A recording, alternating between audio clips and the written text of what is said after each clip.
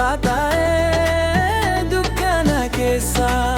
Halkan guutuu si yaadadhee sagalee kee kennan hawwaa yaa jaalallee si malee oolfee koo hin haftu nafaa.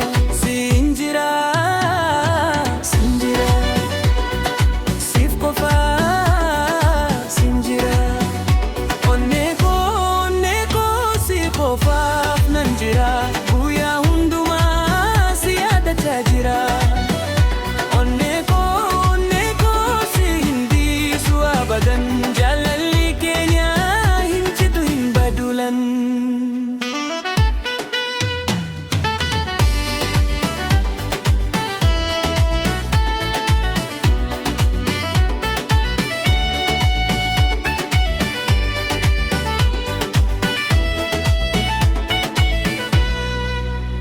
Harka kee yoo nan tuqee gammachuun koo ni ol ka'a.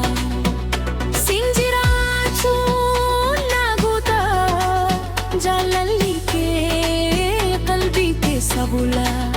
Yeroo si argee lafee koo keessa nafsi koo keessa ni dhiphisa.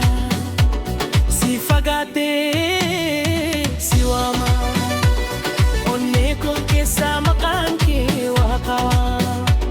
Si qabuun na rakkisa si jaalachuun na guddisa.